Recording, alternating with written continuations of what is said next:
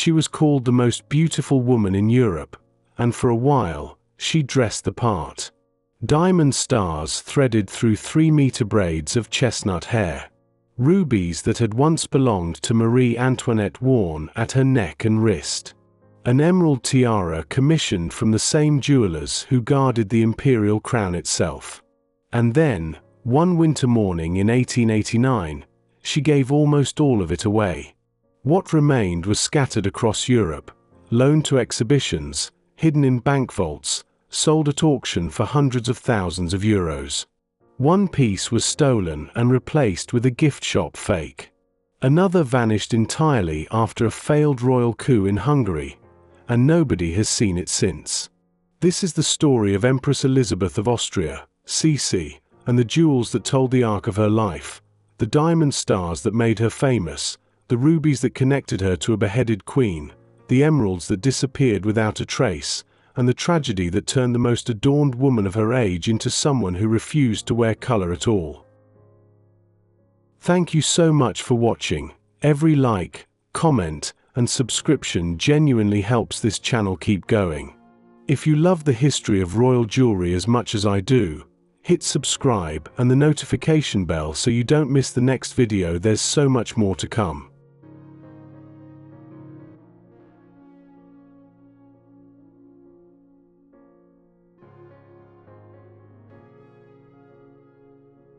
The diamond stars, and the portrait that made them famous. In September 1864, the German portrait painter Franz Xaver Winterhalter came to Vienna. He had been painting European royalty for 30 years, Queen Victoria, Empress Eugenie, the Duchess of Alba. But nothing he produced became quite as famous as the painting he finished of the Austrian Empress the following year. The 1865 portrait shows Elizabeth at 27, in a white satin and tulle gown with silver stars scattered across the skirt. Her hair is worn loose and braided, threaded from crown to nape with 10-pointed diamond stars, each one radiating around a single large oriental pearl at its center. The stars catch the light. The effect, even in reproduction, is extraordinary. The stars were made by the imperial court jewelers A.E. Köchert of Vienna. The firm had been the Habsburg jewelers since 1832. They held the imperial title, supervised the treasury, and in 1870 completed the Austrian imperial crown with a pearl edging. Their workshop at Neue Markt 15 was housed in a building designed by the court architect Theophil von Hansen. These were not merely fashionable jewelers. They were the keepers of Habsburg splendor. The commission date is slightly disputed. Some sources place it in 1855, a year after the wedding. A well-sourced account gives 1858. Either way, Elizabeth ended up with at least 27 of them. 10-pointed stars in gold and silver, set with diamonds and genuine oriental pearls, roughly 3.5 centimeters across. A second set of 27, without pearls, was made by the rival firm Rosett and Fischmeister. The Köchert design was versatile. The stars could be worn as hairpins, brooches, pendants, or linked together as a necklace or diadem. When the Winterhalter portrait circulated across Europe, the fashion followed immediately. The Princess of Wales acquired diamond stars. So did Queen Emma of the Netherlands and Queen Maria Pia of Portugal. A design that had existed quietly in the Viennese court suddenly became the jewelry statement of the 1860s. The 10-pointed shape wasn't purely decorative.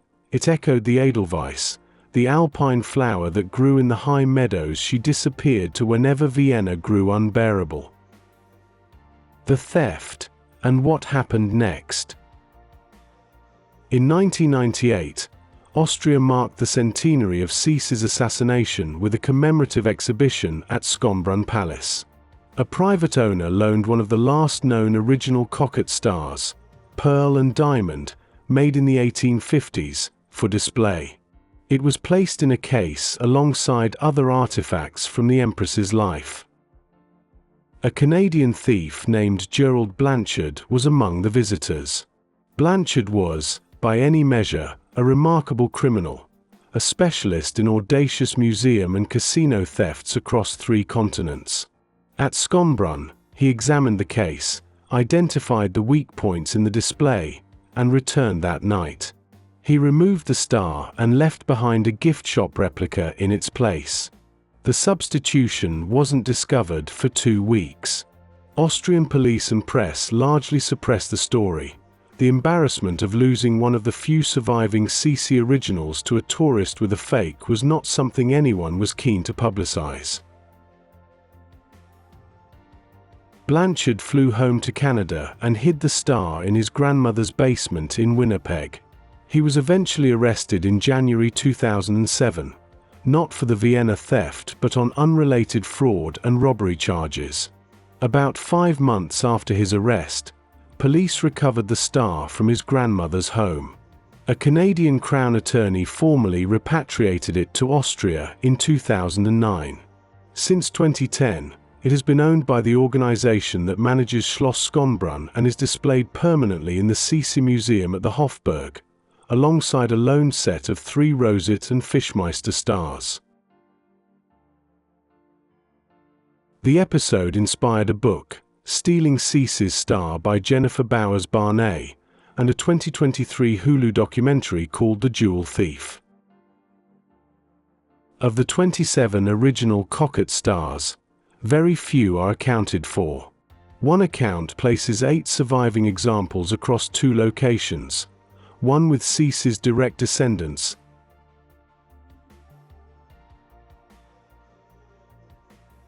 (7) still in an original Köchert box, with the family of a lady-in-waiting.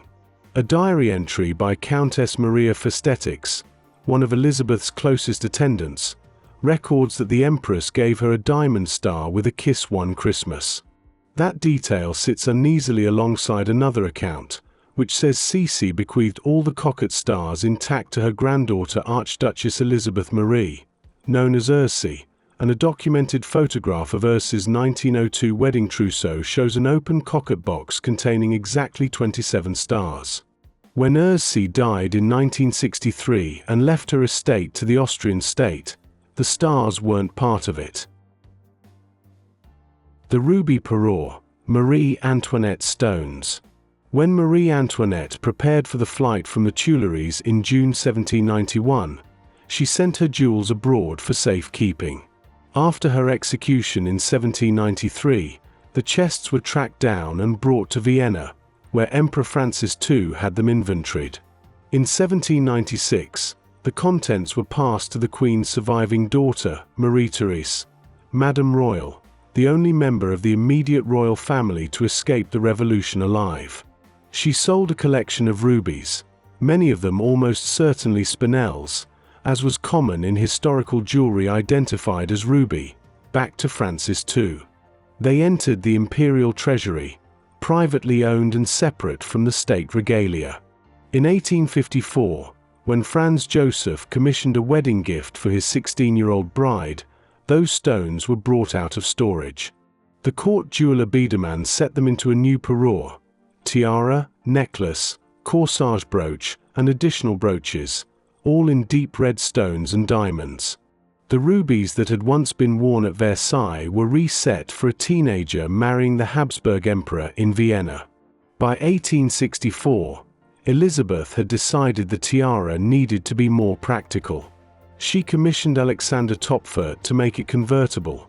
It could now be worn as a full tiara or broken into a smaller version, with brooches and pins that could be removed and worn separately, or as just the looped diamond and ruby scroll at its base. Töpfert altered it again in 1879. Around that time, the court painter George Raab painted her in the full parure, tiara, necklace on a velvet band, the massive corsage brooch, 2 further brooches. It was the most complete record of the set as it existed in its prime. About a decade later, he painted her again. This time, she wore only the looped scroll at the base. Rudolf was dead, and the full display of the parure apparently no longer felt right. After Sisi's assassination in 1898, the ruby parure remained in the imperial treasury. When the Habsburg monarchy collapsed in 1918, Court Chamberlain Count Berchtold retrieved the privately owned imperial jewels and moved them to Switzerland, to the Swiss National Bank in Zurich. Then Emperor Karl's financial advisor sold some pieces and pledged others as collateral for a loan meant to fund a 1921 attempt to restore the monarchy in Hungary. The attempt failed. The advisor retrieved the jewels from wherever they had been held as collateral and vanished. Empress Zita discovered the disappearance in 1922. The ruby parure has not been seen since. A replica is on display in the Sisi Museum.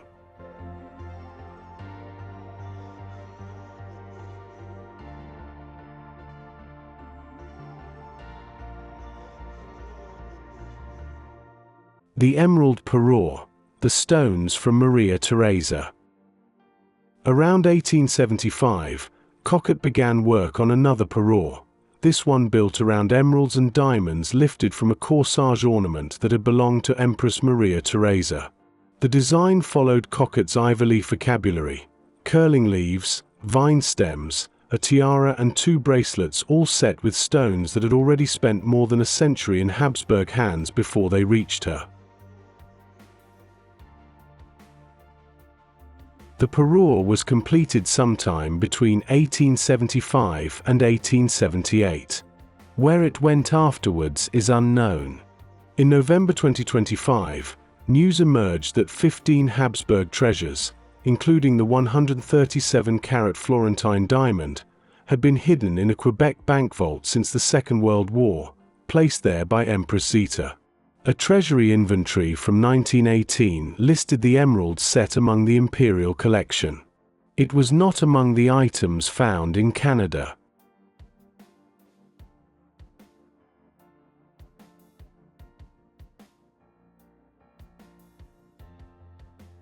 The wedding, and a bad omen in diamonds. Elizabeth was 16 years old when she married Franz Joseph at the Augustinerkirche in Vienna on the 24th of April, 1854. Contemporary accounts describe the candlelit ceremony as a sea of precious stones and pearls, the kind of occasion the Habsburg court staged better than almost anyone else in Europe.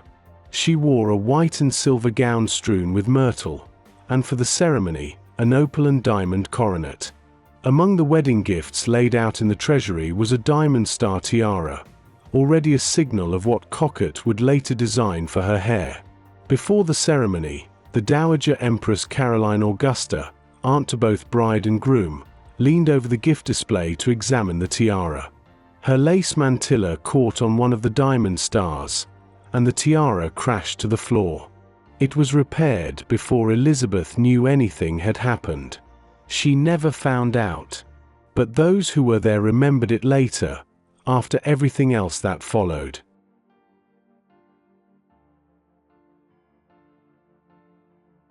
The Hungarian coronation and the jewels of a queen she loved. On the 8th of June, 1867, Elizabeth was crowned Queen of Hungary at the Matthias Church in Buda. The ceremony was one of the few court occasions she approached with something close to genuine enthusiasm. Hungary was the country she loved most, the language she had taught herself, the people whose autonomy she had quietly championed against Vienna. For the coronation, she wore a Hungarian-style white and black gown, associated with worth, and a coronet set with diamonds. Under the formal protocols of the ceremony, the Holy Crown of St. Stephen was not placed on her head. Count Andrássy, the Hungarian Prime Minister standing in the role traditionally filled by the Palatine, touched it briefly to her right shoulder instead. The Empress and Franz Joseph received the Royal Palace of Godolo as a coronation gift. It became her favorite residence, the place she returned to when the weight of Vienna grew too heavy. The diamond coronet she wore that day has never been conclusively traced. Whether it was sold, dispersed, or remains somewhere in a private collection is unknown. After Mayerling, Mourning jet and given away gems. On the 30th of January, 1889, Crown Prince Rudolf died with his mistress, Baroness Mária Festetics, at the hunting lodge at Mayerling.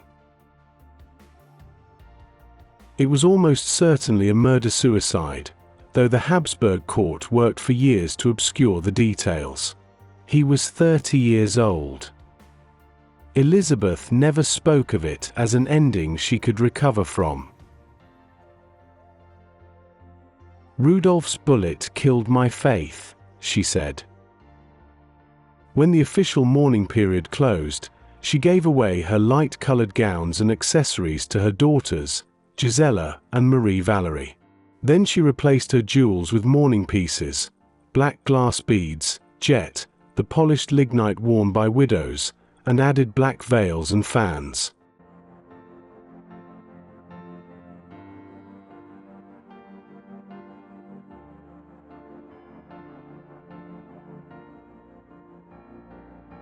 On one occasion after that, at the christening of Marie Valerie's first child, she wore a pale grey dress. Otherwise, grey and black. The gems she had worn, the coloured stones, the pearls, the brooches she'd had made and remade over 4 decades, were distributed to family and given to the ladies who had served her. A diary entry by the Countess Festetics already described 1 star given with a kiss. Others followed. What had been accumulated over a lifetime was quietly dispersed. She was 60 years old, travelling incognito as the Countess of Hohenems, when the Italian anarchist Luigi Lucchini stabbed her on the quay at Geneva on the 10th of September, 1898. His weapon was a sharpened needle file, 4 inches long. He had used a file because he couldn't afford a stiletto. She walked on, boarded the steamer, and collapsed. She died at approximately 2:10 in the afternoon. When they searched her effects, there was no gemstone jewelry among them. A black fan, black silk gloves. The right-hand glove was auctioned in Munich in 2021, with an opening price of €12,000. What remained? Auctions, descendants, and a bank vault in Quebec. Howell directed that most of her jewels be sold, with the proceeds going to religious and charitable causes. The collection was then estimated at over £600,000. Everything she could freely bequeath went to her granddaughter Ursi. Her favourite daughter, Marie Valerie, received pieces too. In November 2019, Dorotheum in Vienna auctioned items from the Marie Valerie collection, an oriental pearl and diamond diadem designed by Wilhelm Hastrich around 1890, set with 15 pearls and approximately 25 carats of diamonds, sold for €442,500, against an estimate of €100,000 to €200,000. A Köchert corsage brooch set with 6 oriental pearls and approximately 18 carats of diamonds sold for €161,900. In 2023, a double-star brooch made by Köchert in 1887, not Sisi's own, but from the Württemberg collection, sold at Sotheby's Geneva for €266,700 against an estimate of €16,000 to €22,000. The appetite for anything connected to the diamond star tradition Sisi made famous is still, evidently, extraordinary. No jewel with documented direct personal provenance to Elizabeth herself has come to public auction in recent decades. The pieces that surface are from her family's orbit, the Köchert world, the Habsburg circle, but not from her own hand. The exception, perhaps, is the star recovered from Winnipeg and now in the Sisi Museum at the Hofburg. It's the only one that has a story both complete and proven, made in Vienna, worn in portraits seen across Europe, stolen in 1998, retrieved from a Canadian suburb, brought home. And in November 2025, news came that the Florentine diamond, 137 carats, pale yellow, missing since 1918, had been found in a bank vault in Quebec, along with 15 other Habsburg treasures placed there by Empress Zita during the Second World War. The 1918 treasury list confirmed what had gone to Canada. Sisi's emerald parure was not among the items recovered, nor was her diamond crown, nor the ruby and diamond tiara that once held Marie Antoinette's stones. The Habsburg jewel mysteries are still being worked through, one vault at a time, one legal case at a time, one decade at a time. Some of the gaps are probably permanent. She was the most adorned woman of her age, and she died wearing nothing but black silk and a fan.